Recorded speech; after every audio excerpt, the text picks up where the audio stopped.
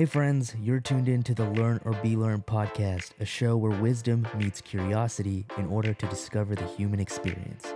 I'm your host, Shiva D, and remember, you either learn from or you're learned from.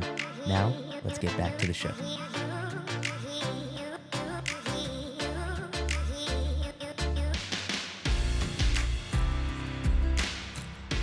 All right, welcome back, friends, to another great episode. This is the book episode, or what I like to call the Editorial Whisper series, basically a book episode on the Ikigai journey, right? So there's the Ikigai book, which is more philosophical and facts and stuff like that. And this one is by the same authors, but it's more practical.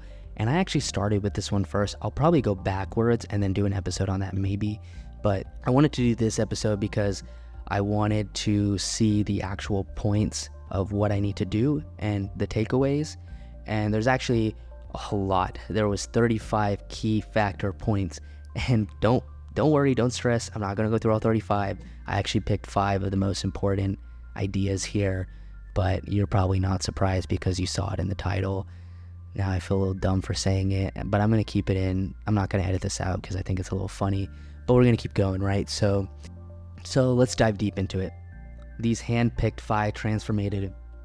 the 5 hand-picked transformative keys from this philosophy of the authors, which, small backstory, they traveled to Japan, saw that people's life expectancy was higher, happiness was greater, and they wanted to understand why. So they did a lot of research, and that's where the Ikigai book comes from.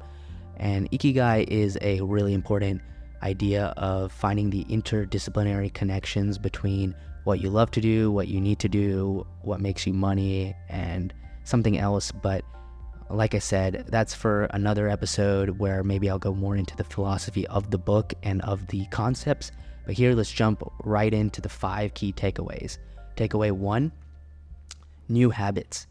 21 days to change your life with one habit at a time, right? So it takes about 21 days or so to build a habit. So in the Ikigai philosophy, they emphasize the significance of dedicating 21 days to implementing a positive new habit. And why 21 days? Well, it's believed that this is the time it takes to break old patterns and establish a new one. And I think Atomic Habits says about 30. So we're talking about 3 to 4 weeks of consistent doing to create a new habit. And think about the habits that you've been wanting to adopt. Maybe it's meditation, maybe it's journaling, maybe it's drinking more water, right? You need to commit the next 21 days to this, and you'll see transformations begin. And like in Atomic Habits, James Clear talks about compound growth. So obviously you're not going to see any changes on the first day that you drink a gallon of water or whatever your goal is, maybe not even the first month. But in a different episode, I talked about how the compound effect grows, right? So you'll see over time that in 1 month, you might not see the effects. In 3 months, you'll see the effects. In 6 months, your friends and family will see the effects. In 1 year, the whole world will see your effect, right? So it takes time to have that compound growth. And I wanted to dump into 2 or 3, just a few key tips that have helped me develop new habits. One, I'll just refer to as the proximity effect, right?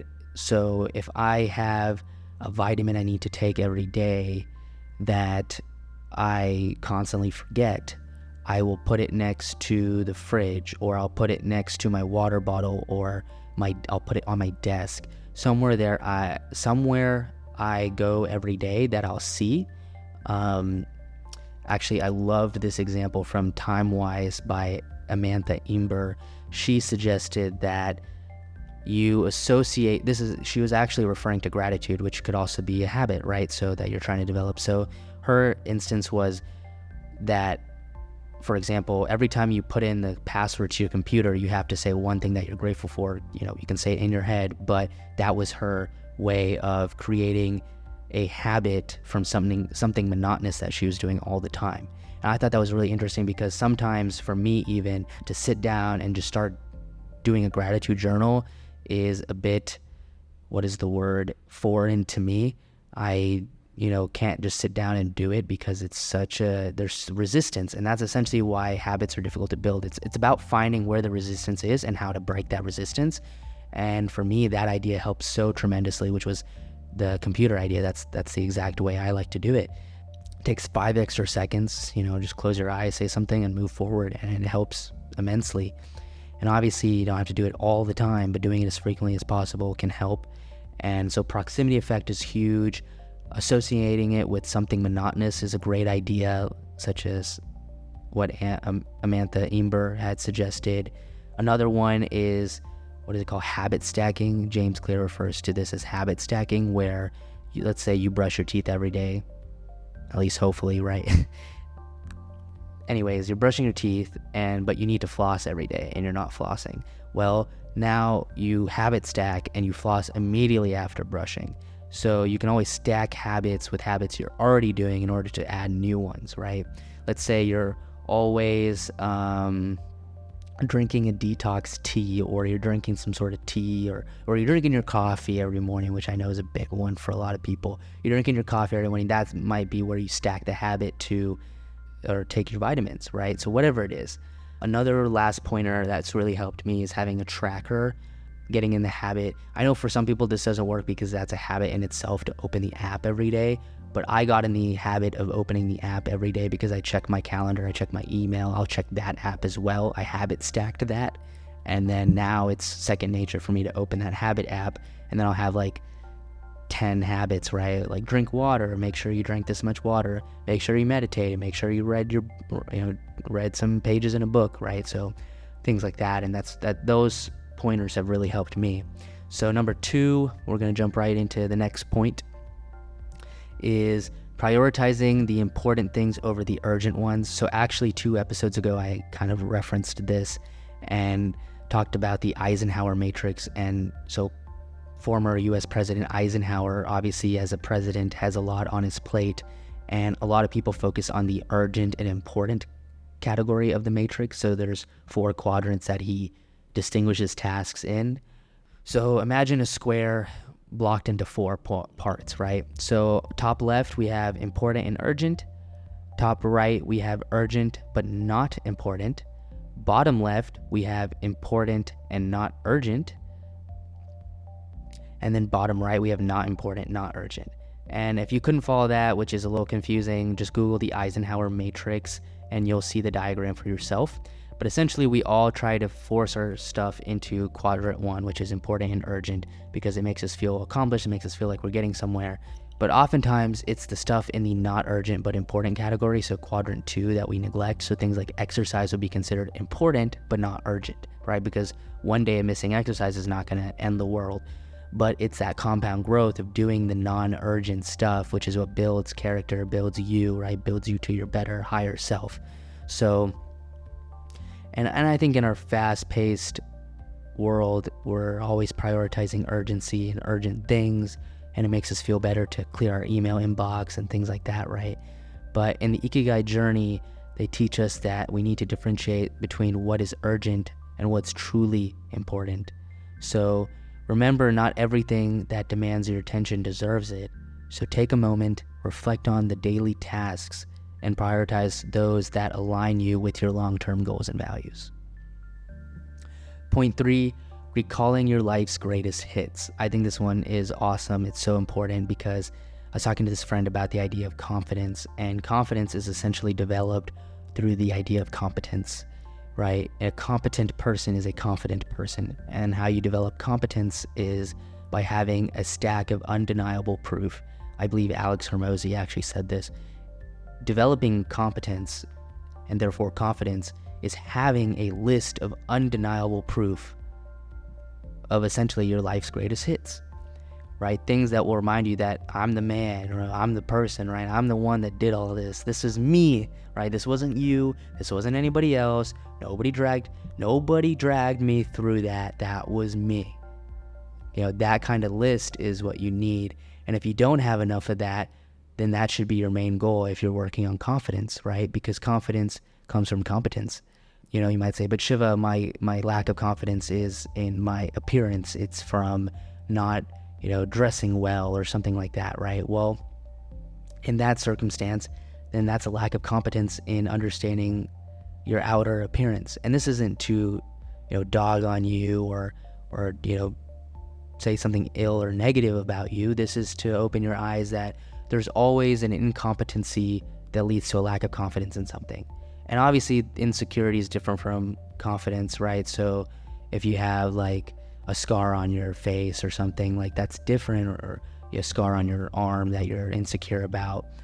Let's say you have a scar on your arm that you're insecure about, that's slightly different than the idea of incompetency, right? That's an idea of, that's a whole nother topic that's about letting go and things like that. That's a more mental game.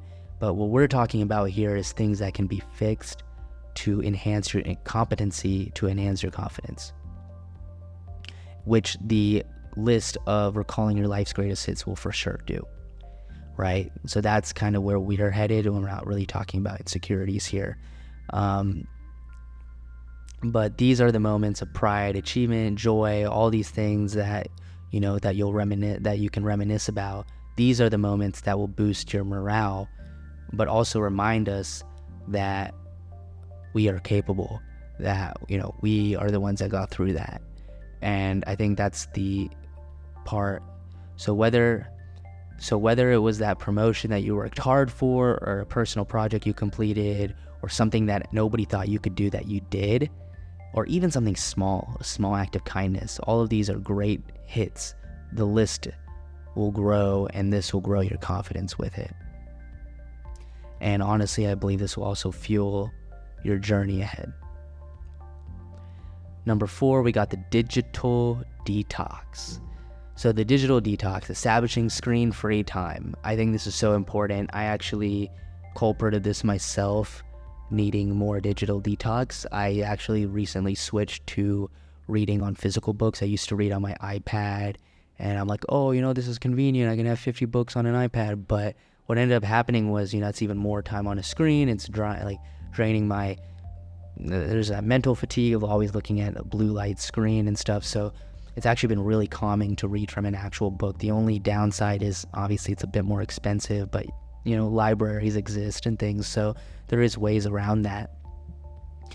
Or you can do Audible, but the whole point is to lower your screen usage, because in the Ikigai journey they stress the importance of establishing this screen-free time and this virtual life-free time slot in your day. This isn't just about reducing the screen time, it's also about reconnecting with yourself, with nature, with the real world around you. Even if it's just for an hour a day, switch off your device, and I promise you'll find more engaging activities that ground you and show your true personality, right? Read a book, take a walk, just sit in silence, whatever it is. Actually, there's something I don't talk about often that you may not know about me is I love to draw. I used to be very creative in that endeavors of drawing, painting, things like that, and I guess I'm fairly good at it, I don't know. But the point is, I used to draw quite a bit as a kid, especially all the way into my early teens, and then obviously high school and college happened, and you got other things to work on, and things that are way more important and more, right, important and urgent, right? But, I actually recently, after a decade of not doing it, I drew for the first time, I think a couple weeks ago. I drew Scooby-Doo, if you're curious of what I was drawing. But I drew Scooby-Doo, and your boy still got it low-key a little bit.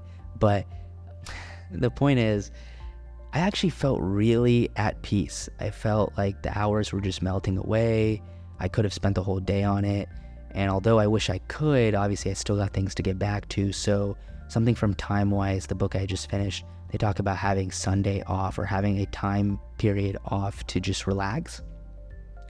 And I'm still working on letting myself have a whole day off. Sometimes I can be working too hard, always feeling like I need to catch up, and then you burn out, right? So I'm really trying to adopt this idea of taking time off, especially as, in the future, whenever I have a family and stuff, I'm going to have to spend time with them. So I'm going to have to learn how to allocate time off. So I'm trying to start drawing more on Sundays, and it doesn't have to be drawing for you, but there obviously must be something that resonates in that regard of what I was speaking upon, right? For me, it's that flow state of starting to draw. I'm just so focused on that. My mindfulness is all on the picture at hand and nothing else. I'll put some music, I'll grab an item, I'll Google an item I want to draw, or I'm still not at the point where I'll free draw. I'll actually just watch something, especially because, like I said, it's been a decade since I got into it.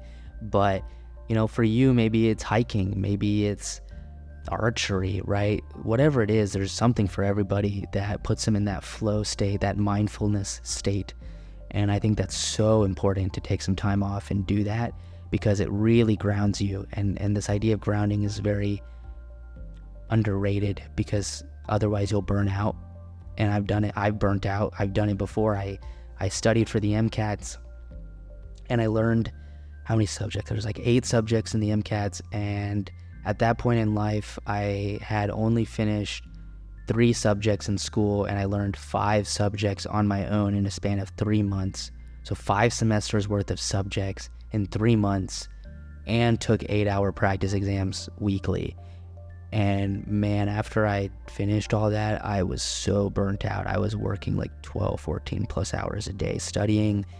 For those of you wondering how I did it, coffee and a Pomodoro timer helped. Pomodoro technique is essentially where you take 25 minutes of focused work, 5-minute break, do that 4 times, take a 30-minute break. And in those 5-minute breaks, I'll use the restroom, grab some water, do a couple push-ups. In the 30-minute break, I will lay in bed, watch some TV, listen to some music, close my eyes, take a quick nap, power nap if I absolutely have to. I'm not going to put lunch in that category, because then you're just completely overworking yourself. But the Pomodoro technique works really well as well. But anyways, detox, 100% digital detox is great. I highly recommend it. Absolutely great point in this book. Number 5, and the last one of them all, is the joy of an unplanned journey. Here we have the idea of serendipity, which is an awesome word. Love that word. For those of you that are curious what it really means, it's basically letting events happen by chance in a happy or beneficial way, right? So it's something that you just let happen. I'm a big subscriber to the idea of creating plans, but having flexibility in them. I don't like too much structure, but I need a little bit. That seems to be the sweet spot for me. So whether it's a vacation, I will map out the days and I'll map out what I would like to do. But let's say we're walking around and something better happens, or we see something that looks better. I'll go ahead and just drop it. It's not the end of the world. And obviously my calling is pushing me towards that direction, and that's what I want, right? And isn't that the whole point of vacation, is to do things that you want to do? It doesn't have to be rigid structure. And I tend to follow that with a lot of things, except obviously structure matters in some regard, like goals and work, right? So just because I'll say, okay, I'm going to sit down and do an hour of this work, it's like, oh no, I'm going to go watch some Netflix because, my calling is pushing me that way. Of course, your mind is telling you to go watch some Netflix. But so structure matters in some regard, but there needs to be also some flexibility. And I think that's honestly the essence of life, because we can't control everything as much as we'd like to. Being okay with the idea of things not always being in our control. And I think part of the journey, part of the enjoyment in our journey of life, our human experience, is to travel without a destination. Sometimes I've heard this beautiful quote that life is like a dance. We like to think life is like a race from start to finish, but I love this idea that life is a dance, because sometimes the step might look like you're going backwards, but it's just a redirection, right? It's a transmutation from something. You're transmuted to something else. And that's the way I like to look at it. When I lost my opportunity at the CDC, I gave myself the day off, right? Obviously, it was very upsetting when the pandemic took one of many opportunities for me, which was one of them being the CDC. And I gave myself the day. I think I got like Chick-fil-A, or I don't know. I did something. I watched a movie. I took the day off. I was pretty upset. I gave myself the day off.